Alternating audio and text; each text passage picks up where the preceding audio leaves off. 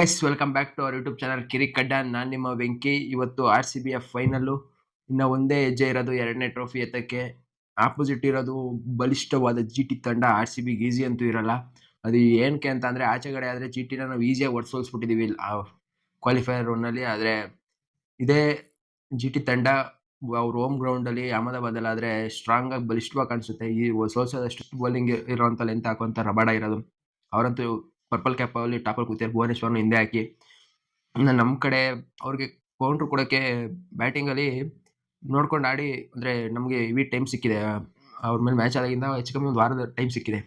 Heavy ಅಹಮದಾಬಾದಲ್ಲಿ practice ಮಾಡಿದ್ದಾರೆ ನಮಗೂ ಕೂಡ. ಬಟ್ ಅದು ವರದಾನ ಆಗುತ್ತಾ ಅಥವಾ ಲೇಜಿತನ ಆಗುತ್ತಾ ಹಿಂಗೆ ಕಾದು ನೋಡಬೇಕು.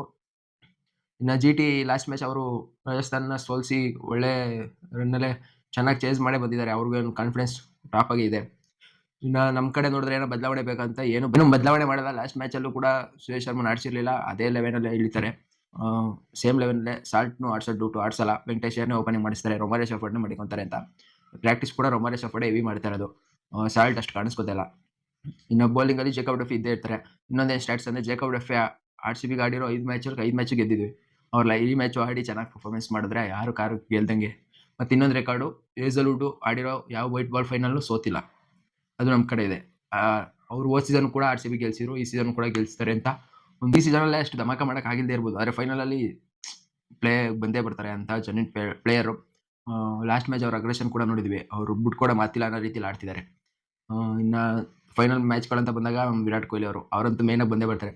ಇನ್ನು ಪವರ್ ಪ್ಲೇಲಿ ಅವರು ಯಾವ ಮ್ಯಾಚ್ ಔಟ್ ಆಗಿಲ್ಲ ಆ ಮ್ಯಾಚ್ RCB ಗೆದ್ದಿದೆ. ಅದು ಕೂಡ ಸ್ಟ್ಯಾಟ್ಸ್ ನಮ್ಮ ಕಡೆ ಇದೆ. ಇದೆಲ್ಲ ಸಕ್ಸಸ್ ಆಗಿಬಿಟ್ರೆ GTನ ಆರಾಮಾಗಿ ಸೋಲಿಸ್ಬೋದು. ಕಡೆ ಮಾಮೂಲಿ ಅವ್ರಿಗೆ ಗೊತ್ತಿದೆ ಮೇನ್ 3 ಜನ ತೆಗೆದ್ರೆ ನಮಗೆ ಈಸಿ ಮ್ಯಾಚು. ಗಿಲ್ಲು, ಸುದರ್ಶನು, ಬಟ್ಲರು ಅವ್ರಿಗೆ ಹತ್ರ ತಂದು ಕೊಟ್ಟರು ಲಾಸ್ಟಲ್ಲಿ ಅವ್ರನ್ನ ಗೆಲ್ಸೋದು ಅವರು ಟೈಲೆಂಡರ್ಗೆ ಕಷ್ಟ. ಆ ರೀತಿ ಇದೆ. ನಾವು ಮೇನ್ ಮಾಡ್ಬೇಕಾದ್ರೆ ಪವರ್ ಪ್ಲೇಯಲ್ಲಿ 2 ವಿಕೆಟು, ನಂತರ 10 ಓವರ್ ಒಳಗೆ 1 ವಿಕೆಟ್ ತೆಗೆದ್ರೆ ಈಸಿಯಾಗಿ ಮ್ಯಾಚ್ ನಮ್ಮ ಕಡೆ ಇರುತ್ತೆ. ಅವ್ರಿಗೊಂದು 230, 240 ಚೇಸಿಂಗ್ ಕೊಟ್ಟರೆ ಪ್ರೆಷರ್ ಇದ್ದೇ ಇರುತ್ತೆ. ಟಾಸ್ ಅಂತೂ ತಲೆಗೆ ತಗೊಳ್ಳೇಬಾರ್ದು. ಏನು ಕೊಟ್ಟರು ಆಡೋ ರೀತಿ ರೆಡಿಯಾಗಿರ್ತಾರೆ ನಮ್ಮ ಟೀಮ್ ಅಂತೂ.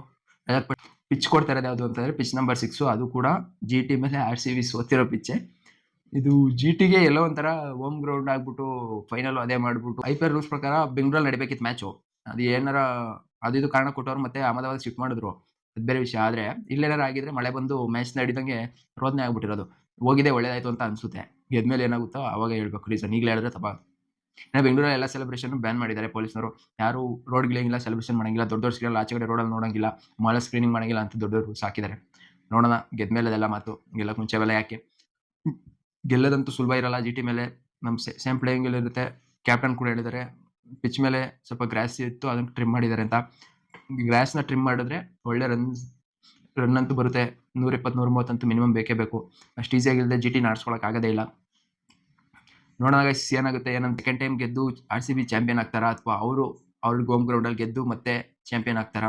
ಶುಭ್ಮನ್ ಗಿಲ್ಲು ಇಂಡಿಯನ್ ಟೀಮ್ ಕಂಬ್ಯಾಕ್ ಮಾಡಬೇಕು T20 ಅಂತ ಕಾದು ಕೂತಿದ್ದಾರೆ.